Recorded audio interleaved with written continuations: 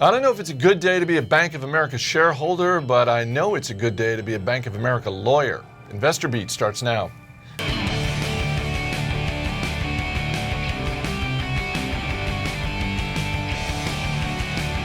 Thanks for watching. I'm Chris Hill. The Dow Index is down for the third day in a row, with most of its components trading in negative territory. Is it simply a sell-off after a red-hot first half of the year, or is it the end of the world? Personally, I'm hoping for the former, but I've been known to be wrong. Joining me in studio today, Matt Koppenheffer and Matt Argersinger. Guys, our top story, one of those Dow stocks, Walt Disney falling today after second quarter revenue came in a bit light. Part of the blame goes to the Lone Ranger, which Disney will write down to the tune of at least $160 million. Last year, John Carter. This year, the Lone Ranger.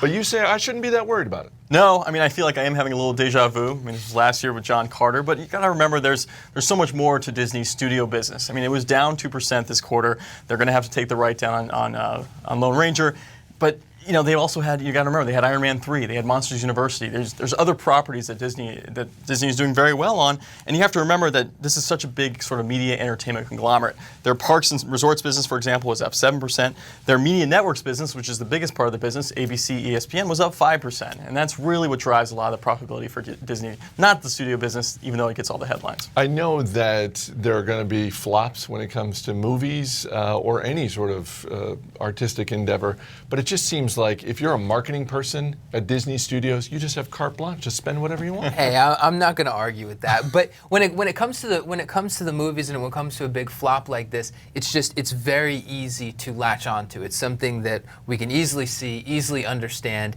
and it's a bad idea for investors to latch onto something like that and assume that the whole quarter was bad.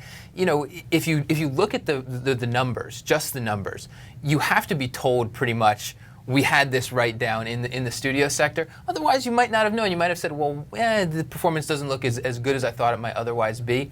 But they really had to tell you that big write down was there. So I don't think investors should be too concerned about this. Shares down a little bit today. Do you think it's a buying opportunity? I think if you're an investor who wants to buy a relatively risk-low investment that might get you 7 or 8% per year for a lot of years, this is one you can look at for sure.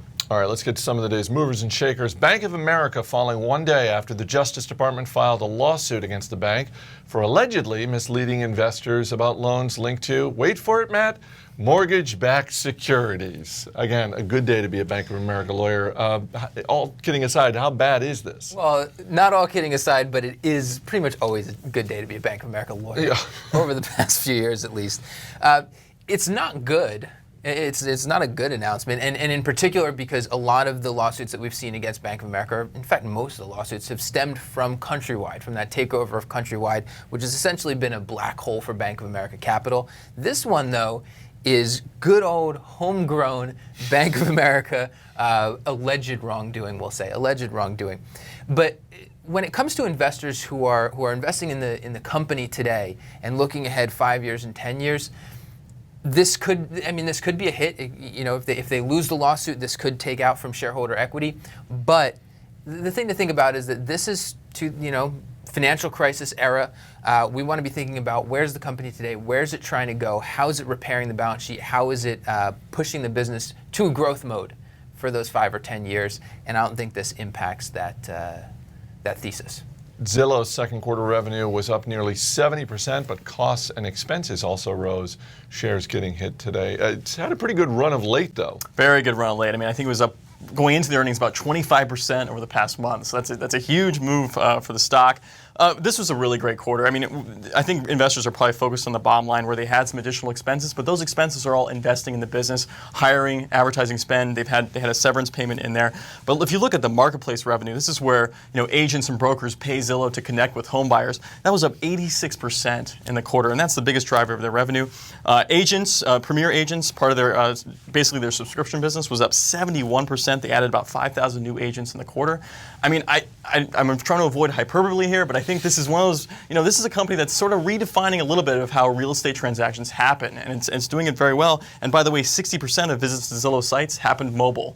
and that's pretty strong. All right, sticking with housing, Freddie Mac's second quarter profit came in at a crisp $5 billion. It was the seventh straight quarter of profitability for the mortgage giant, and yet there are a lot of uncertainties here. Hey, that's a nice quarter, $5 billion. I'd take it. But you know, I look at Fannie Mae and I look at Freddie Mac, and one thing that I am not really excited about doing is investing in a company that Congress is actively talking about winding down. And now yesterday you've got the president talking about winding them both down. There are a lot of people who have been speculating on the common shares of these. You've had a lot of hedge funds, I think, speculating. Maybe they don't think it's speculating, but speculating on the preferred shares of both of these. I have zero interest, and even less so yesterday after President Obama said what he had to say.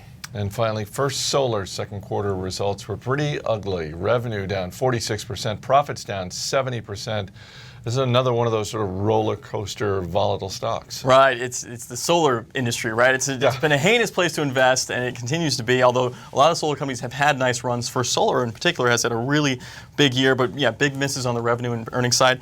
Interesting, though, they've got sort of this transaction with GE that's happening where they're acquiring GE's thin film business. In return, GE is getting a stake in First Solar. Not a bad use of capital, I think, from First Solar's perspective, given where the stock is. So that's an interesting transaction, makes it a little more compelling to me, but still, the solar space, stay away for sure. That's going to do it for Wednesday. Let's look ahead to the rest of the week. What's the stock you've got on your radar, Matt? I've got Annaly Capital on my radar. It is one of the largest mortgage REITs out there. They don't tell us specifically when they're going to announce their earnings, so we always are a little bit surprised about it. I expect that it'll be sometime this week, maybe even today. But what I'm going to be looking for is it was a really tough quarter for mortgage REITs in general because you had the rising interest rate environment, and that really hits their balance sheets. Annaly, I have my issues with Annaly, but it's, I think, one of the best operators in the sector. So I want to see what they did to manage their portfolio in a tough environment. Okay, Matt, what about you? Stratasys, you know, if they report earnings tomorrow, this is sort of the number one or number two 3D printing company in the world, depending on how you measure it. You know, they've had some big acquisitions of late. Last year they bought Objet, mostly a merger there. And earlier this year they bought MakerBot, another big 3D printing company, especially in the consumer space. A lot of moving parts, you know, literally with this company. So it's one I've recommended in a service that I'm on, and you know, I'm interested to see how they report tomorrow to see how that Objet merger is happening and what they plan to do with MakerBot. It's none of my business. It's just my 2 cents. But MakerBot, that's a better name than Stratasys. They might want to think about a little rebranding. Maybe that's part of the acquisition. You know, they just take the better name. We'll see. All right, for Matt Koppenheffer and Matt Argersinger, I'm Chris Hill. Thanks for watching. We'll see you tomorrow.